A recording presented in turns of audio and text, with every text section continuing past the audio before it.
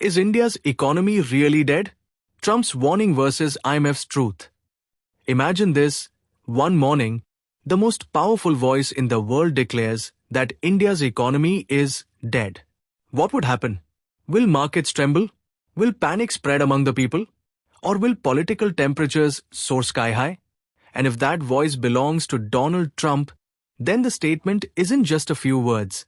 It becomes an international political bombshell. The former and now re-elected President of the United States claiming that India's economy is dead wasn't just a jibe, it was a direct global challenge, a blow to India's pride and its economic credibility. But the real question is, has India's economy truly collapsed? Or is this just a political ploy? As political storms rage within the country over this remark, it's important to move beyond slogans and outrage and turn to the data that tells the truth without bias. Today, we'll dive deep into this very topic. But before that, if you're new to our channel, don't forget to subscribe so you get every new video update first. So let's begin today's discussion without any delay. Let's first take a look at the report released by the International Monetary Fund (IMF) in July 2025. The IMF clearly stated that even amid a global recession, India remains a bright spot, a country whose economy is progressing far more robustly than most others. According to the IMF, India's GDP growth rate is projected to be 6.4% for both 2025 and 2026. This growth rate is higher than that of the US, China, Germany, and Japan, all developed economies. This figure isn't just a number. It is proof of India's momentum, capability, and resilience. The IMF noted in its report that this growth is the result of India's strong domestic consumption, public investment, and structural reforms. What's more, in April 2025, the IMF had forecasted India's growth at 6.2%.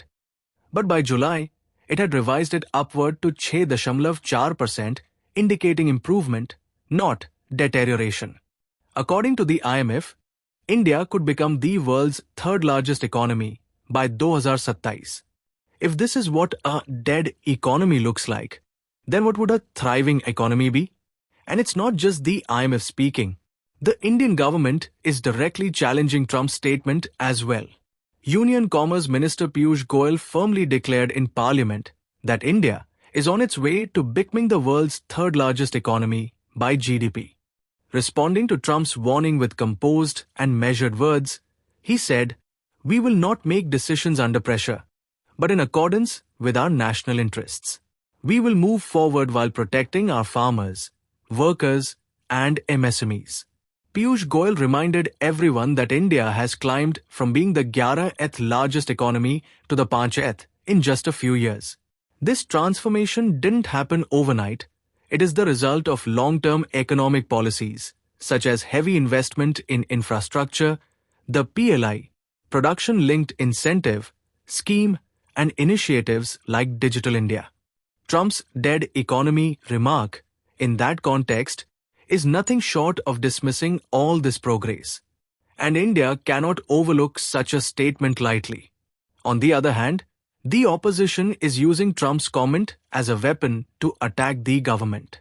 Congress leader Rahul Gandhi stated in the Lok Sabha, "Everyone knows India's economy is dead, except the Prime Minister and the Finance Minister." He cited issues like unemployment, inflation, the condition of MSMEs, farmer distress, and social inequality to declare the government's economic policies a failure.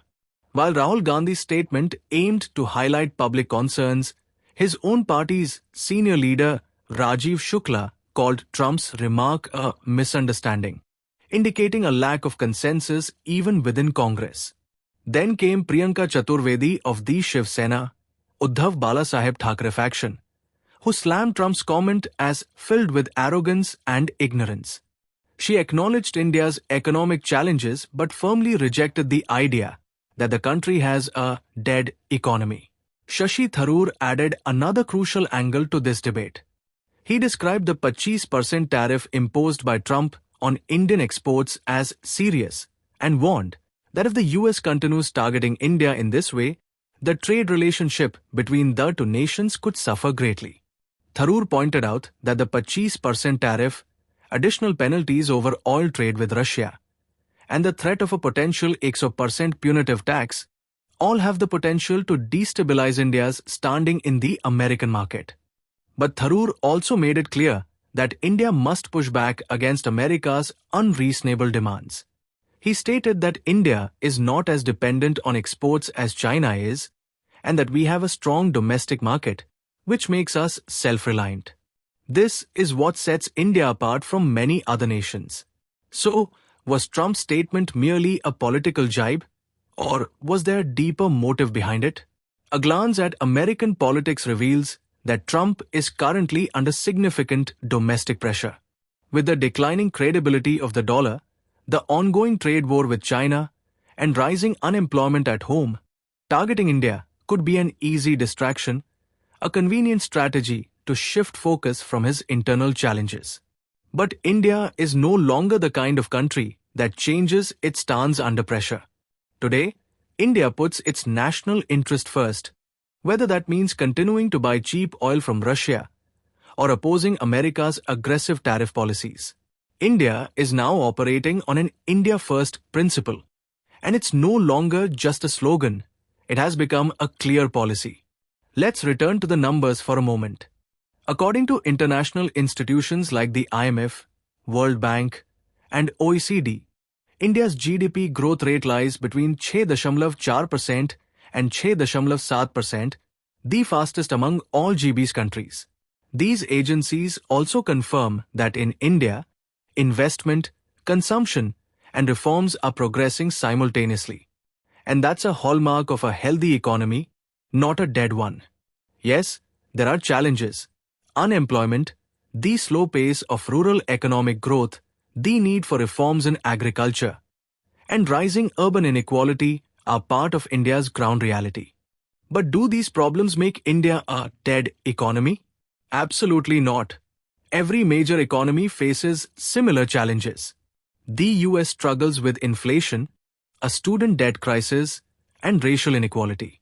China is grappling with a real estate collapse and a demographic slowdown. Yet no one calls these economies dead. The truth is, India is in a phase of transition, a period of transformation where it's not just an emerging economy, but one on the path to becoming a global power. And it is this very transformation that makes some people uncomfortable, whether abroad or at home. Trump's remark is a reflection of that discomfort. If our video has taught you something new, do not forget to like and share this video so that this information can reach others as well. Your likes and shares are a source of inspiration for us. If you have any questions or suggestions, please let us know in the comments. It will be our honor to answer your questions and listen to suggestions.